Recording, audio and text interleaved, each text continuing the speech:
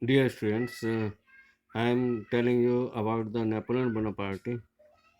His rise and fall will be told you peoples in this segments. In 1804, Napoleon Bonaparte crowned himself as a emperor of the France. In 1804 में Napoleon Bonaparte ने अपने आप को France का emperor से declare कर दिया है कि ही क्राउंड वह फ्रांस का एम्परर बन गया. He set out to conquer neighboring European country. He wanted to conquer all part of the Europe, neighboring European countries, dispossessing dynasties and creating kingdoms where he placed a member of his family. वह dynasties को dispossess करना चाहता था, उनको हटाना चाहता था, and he wanted to establish their own kingdom where he wanted to place the member of his family. अपने फैमिली मेंबर्स को उन किंगडम में एस्टेब्लिश करना चाहता था, प्लेस करना चाहता था, so that they can rule in those kingdom.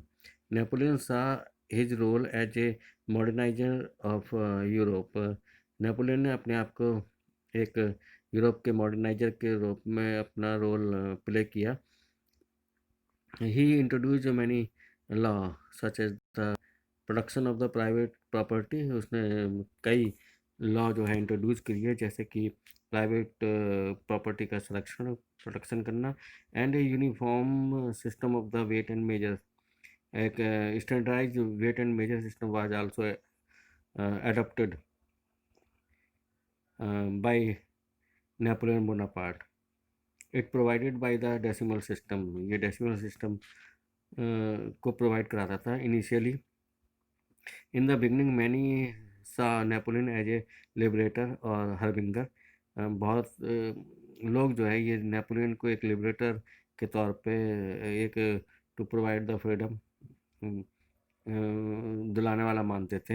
Who would bring freedoms for the people. Napoleon को ये माना जाता था कि वो जो है एक हरविंगर के तौर पे आया है, एक शांति दूत के तौर पे आया है, that provide the freedom to all the peoples of Europe.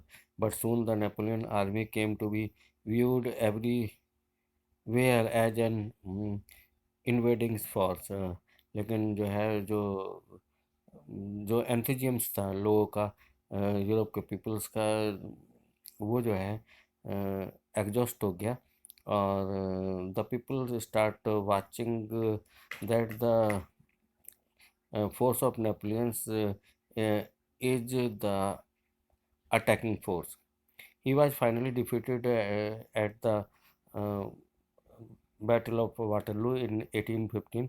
Last में वो जो है वाटरलू के मैदान में अब हार गया. Many of his measures that carried the revolutionary idea of liberty and modern law to other part of the Europe had an, had an impact on people's long after the Napoleon had left.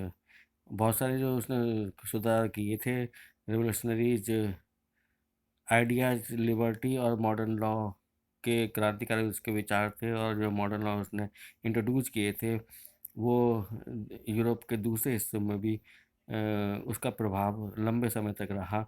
जब Napoleon's जो है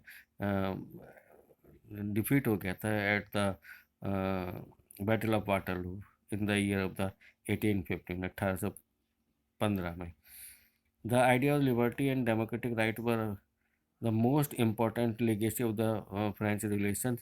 It is an important question. It is asked generally, which is the legacy of the French relations. The democratic rights, uh, these were the most important legacy of the French relations.